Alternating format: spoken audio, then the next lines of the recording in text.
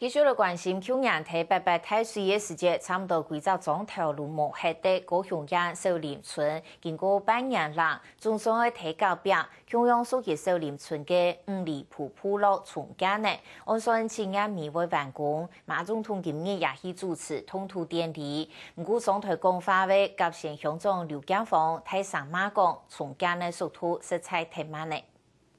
總統馬英九那年參呢親身主持嘅永久部嘅通土典禮，八八風災地區所在最嚴重嘅甲縣鄉秀林鋪路，未來就會安置頭也位。唔過甲縣鄉長以上台講法，就對總統馬英九嘅面頭前太上嘅批評，講重建嘅速度填滿，係再起蠻大度嘅偏袒，係講落雨嘅時節又會變成新嘅災害。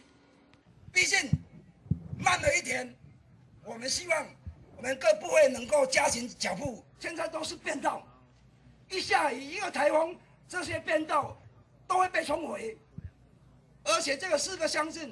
都會面臨到變成孤島。一條馬總統談到過後，過一擺強調，講預計來今前就會統一部隊來投入防災。今年呢會在4月開始舉行大型的防災演習，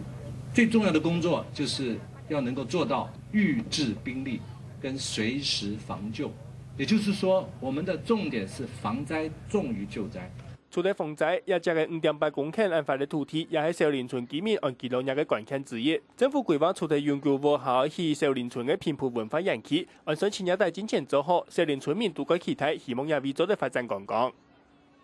即嘛，我遮內底嘛有足濟一寡迄個文物館有誒無誒，以後可能看會當講吼，甲迄個發展做觀光嘅一部分無安尼。唔過，也個委託秀林鋪路附近嘅永久屋議天梯，也係只有55戶嘅秀林村民申請而來嘅，有限較多嘅村民曬到嘅三南鄉。唔過，也部分政府只有同意搬去到係日台灣村，順豐到一下都冇強勢。